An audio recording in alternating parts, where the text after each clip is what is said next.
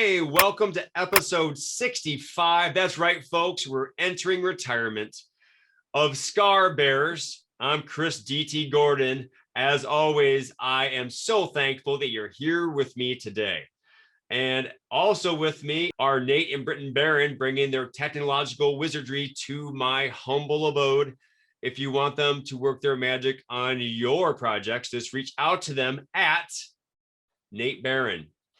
Well, folks, as you're watching or listening to this, it is the summer months. We are enjoying some lovely weather, hopefully, but fall's around the corner. And you know what?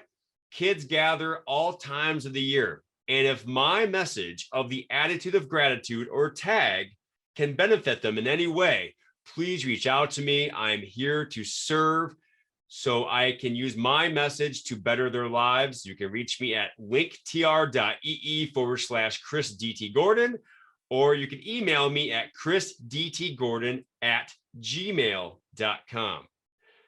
Now, with me today, I have a wonderful person who is also a speaker and a coach who uses her life experience to better the lives of those in whom she gets into contact. Wow, I hope she talks better than I do. Lois Wagner, how are you today, all the way from South Africa? Well, first of all, it's 10:30 at night, and we are going into winter here. So it's starting to get chilly. I've got my little blankie. Very nice. Yeah, we are on the opposite ends, of the hemisphere. So that is correct. So we're in the summer months, and you got your blankie in tow there. And so, I guess before we get into it, what are winters like in South Africa? Well, it's interesting because the different provinces, the different areas of South Africa, as it is, I'm sure in the States, are very different. Mm-hmm. So, for example, in the Cape, the winters are very wet, whereas where I am in Johannesburg, the winters are very dry. So we don't usually get snow except on the mountains in Natal, in KwaZulu-Natal. So we get frost. It comes down to about 0 degrees. It's maybe the coldest it gets in Johannesburg. And then the days can be beautiful. We talk in centigrade here, so yes. And the days can be beautiful. The sun shines, and it can get really lovely during the day, but it gets very cold at night.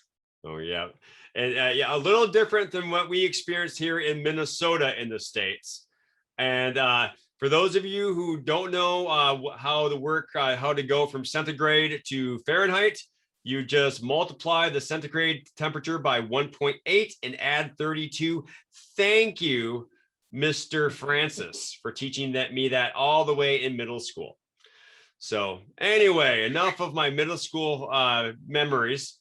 So Lois, as I said before, you are a speaker and a coach, but you weren't always working in that capacity. So, before a life-changing event, what were you up to? I was a career woman, very much in the corporate space. Marketing was my first career. I did that for many years. I did consulting, but mostly in marketing. The first half of my working career was in marketing. And then at one point I decided to go on my own, and I became a marketing consultant. And I worked with a client of mine and ended up going into business with him. And we opened a digital printing business, which was for me very weird. And that is way back in the day before people even had color printers. So yes. we were the first sort of digital printing shop in Cape Town. So, wow. So what year would that be? That would have been 54, 80, late 80s, I think, early 90s, late 80s, somewhere around there. So right, did you guys have Kinkos in South Africa? Okay, there was a popular printing business, printing franchise here in the States. So I was wondering if that reached down there. So it sounds like you were the Kinkos of South Africa, which is high praise, actually, especially in the 80s and 90s. Yeah, well, we started, and the idea was to franchise it, but we never got there. We went belly up before that. Mm, okay. And so you were a businesswoman, you had your own digital printing business, and then something life-changing happened, didn't it? Yeah, I was working late one night in my printing business, and it was a lovely old cottage. And I was in the courtyard working. It was a beautiful summer's evening, and I was working in the courtyard. And somebody scaled the wall, 8-foot wall, and attacked me and raped me, tied me up, and basically left me for dead. Mm. Were you did you know the assailant? No, complete stranger. Oh wow. Okay. And you know, you give a harrowing account of the event in your TEDx talk that you gave earlier this year, correct? No, just a couple of weeks ago.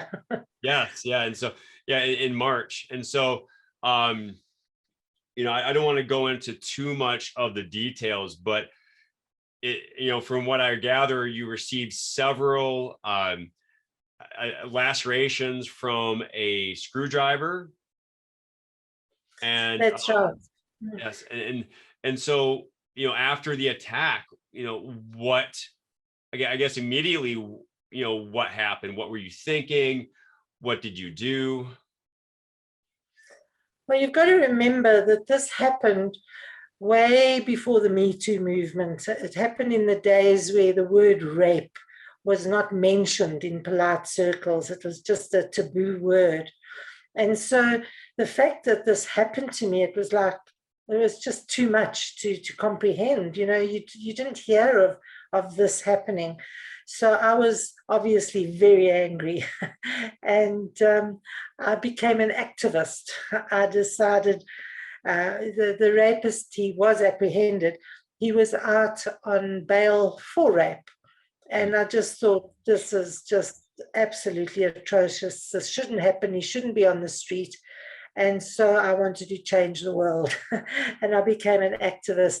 And it was in the time in South Africa where we were just coming out of apartheid and we were going into our new democracy. And they were calling for submissions for the new constitution. And so I thought, well, here's my opportunity. So I went to go and change the law.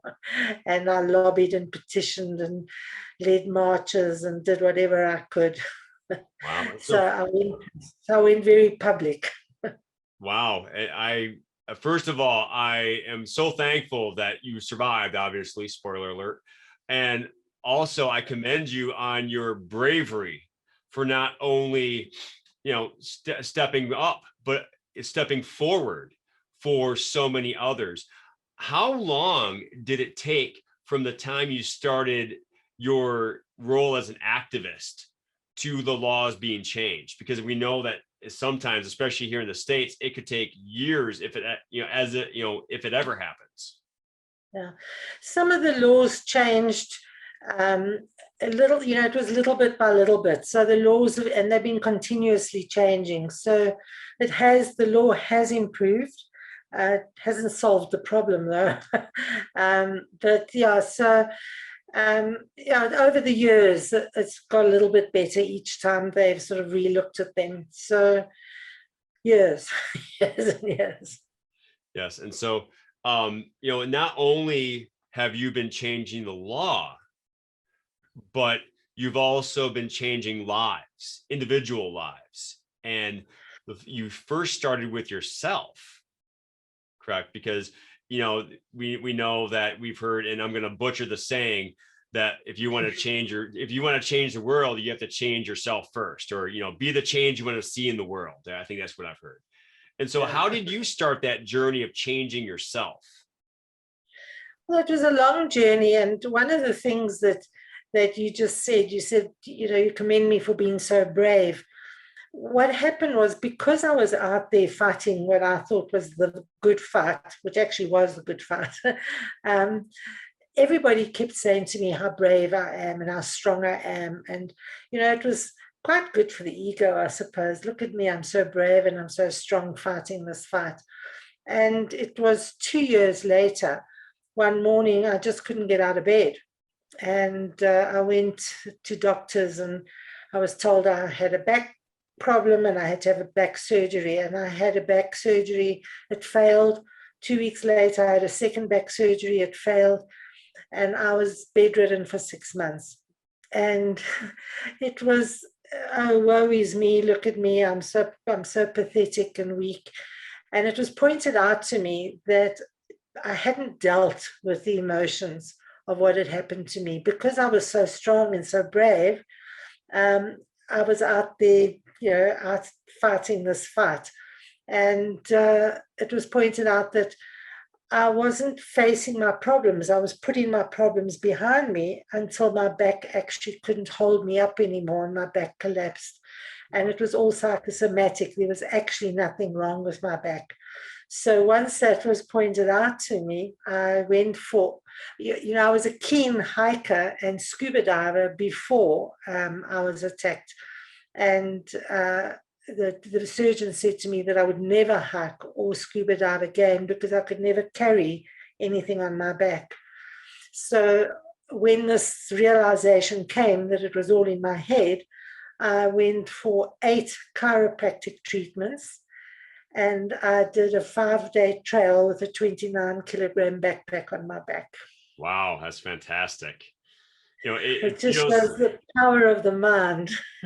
Yes, from my own experience, I know how liberating it can be when you reclaim your life that you used to have after your life-altering event.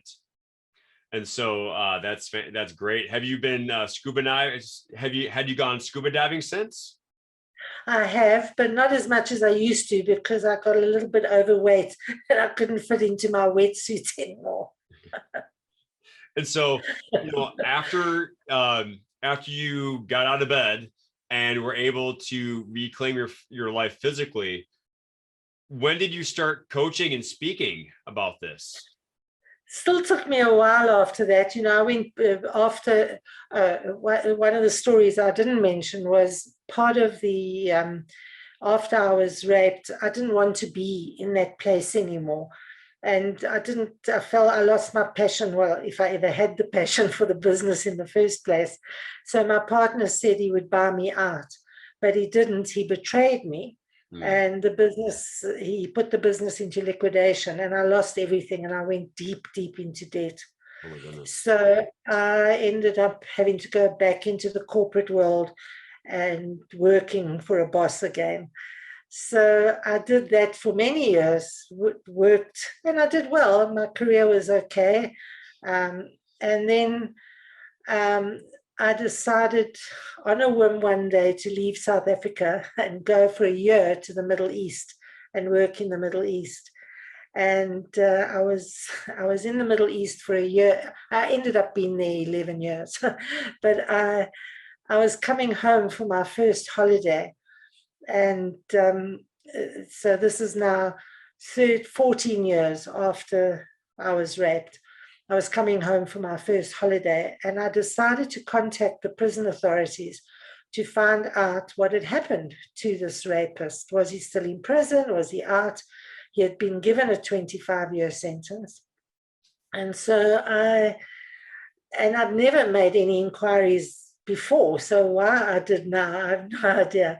So I contacted them and they told me that he was up for parole the day after I arrived in the country, which was quite a coincidence. And the second coincidence is that the law had just changed a few months before, allowing what they call victims of serious crime to attend a parole hearing. Too much of a coincidence. So I just had to go against the advice of all my family and friends.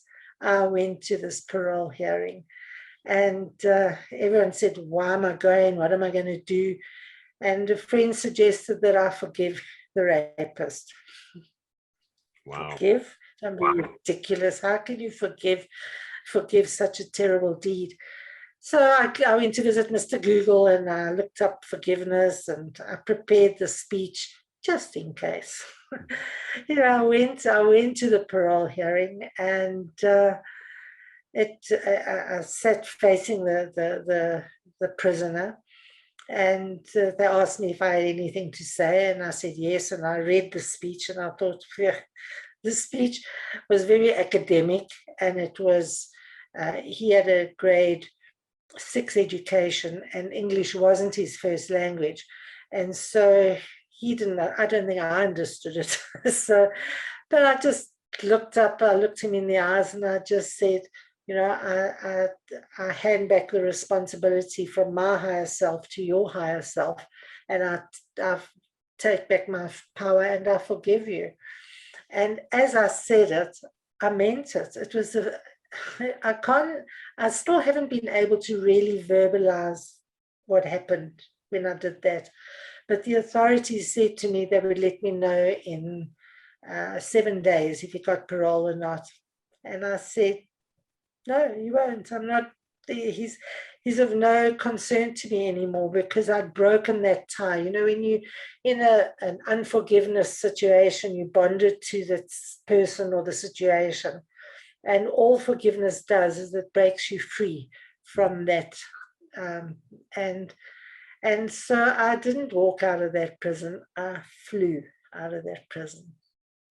Wow, that is quite beautiful, and a testament to your character that you were able to see past the past, and allow yourself to forgive him. And because, as you said, it freed you, it allowed you to now move forward or fly forward. And so as you're flying out of prison, where did you land next? What did you do after that? Well, I went back to the Middle East, and I carried on with my corporate work. My corporate work included speaking and coaching. So I transitioned from marketing into speaking and coaching, but in a corporate environment. So I did that for 10 or so years, corporate coaching. And then when I turned 64, the authorities didn't want to renew my work visa. They're not very happy with older people. And so I was forced to return to South Africa. Not that I'm unhappy to have returned, but I was really happy in the Middle East. People have got the wrong impression. It's a beautiful, especially where I was in Oman. It has to be one of the most beautiful places in the world. Wow. And I came back to South Africa, and I thought, at this age, do I really want to go back into corporate and start, I've lost all my contacts, and, to start again in the corporate space. So I decided to finally go back to what I started 20 something years before, and see about changing the world. And so I started working with people who were, I created a model of recovery, and it's recovery from anything, not just from rape. It's recovery from an accident, from the loss of a job, from your I can't pronounce that word, so I can't say it. It's recovery from anything where you first a victim, where you're filled with hatred and disgust and fear and all the negative emotions, and then you move on to you build your resilience, and you move on to you become a survivor with the resilience, and you get some kind of understanding, and you return to some form of meaningful life. And then when you start forging forward to a new reality with new passions and persistence and perseverance, you start thriving. And then once you're a thriver and you get a growth or a traumatic growth mindset, you can then learn to forgive. And when you forgive, you find freedom. So I take people through that. So depending on where they are on their journey of healing, I work with them. So it's dealing with the emotions when they're victim. It's helping them set new direction when they want to thrive. And then it's teaching them to forgive. So that's what I started doing. And that's only 2 years ago now that I started that. That's fantastic. Now, have you been able, since the pandemic, to find new clients or find a new way to reach people throughout the world? It's very difficult because what has happened with the pandemic is suddenly everybody is a coach, everybody's a healer, everybody's got a virtual something going. So it's very noisy out there. Mm. So it is difficult to find the clients, and there's a lot of people, there's a lot of support, there's a lot of groups, there's a lot of help out there. So it's not an easy process to find clients, but we do our bit. And I'm also moving on to a new project as well. And what is that? Well, working with people, helping them recover from their trauma, I suddenly thought, why? Why am I helping people recover from trauma? We've got to stop the trauma in the first place. And so it takes me back to what I was doing when I was an activist back in the day, to stop rape and to change the laws and to make it a better world and a safer world.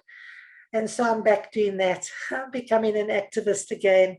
And I've got a concept called BRAVE. So instead of teaching boys not and men not to rape, it's about teaching boys and girls and men and women to be brave. So I've created an acronym for BRAVE. It's about boundaries and respect and agreement and values and equality. And if we can teach those values to people, they won't want to hurt other people. So that's my dream, is to eradicate this violence, gender, sexual-based violence.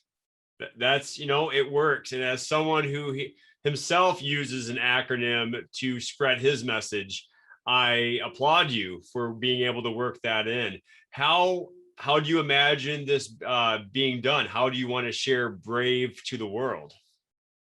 I want to start in schools. Unfortunately, the pandemic has really put a bit of a hold on that, because schools are battling to get through their curriculums anyway. So they don't have the time or space to put in extra projects. So it's been difficult, but I'm optimistic that as things start lifting, I'll be able to get into the schools. So I want to get into schools and youth organizations, and also parents. Parents need to teach their children these skills. And so I can do it in a lot of ways. I can do keynote talks. I've also got an 8-week program, which it sounds quite heavy, but it's an hour and a half a week for 8 weeks. And then there's some practical in between. And it's really good. It's to help people to understand. And the kids, they really get it. They really do get it. So, but it's a big job. It's a big job. Well, it seems like you were the person to, take it upon her now strong back and move it forward. So, Lois, where can people find you and learn more about you and Brave? Well, it's quite easy, really. I've got a book. It's called Walking Without Skin. And that's also the name of my website, and it's the name of my Facebook page. So Walking Without Skin, it's my story. So if you just Google that, you'll find me. That's fantastic.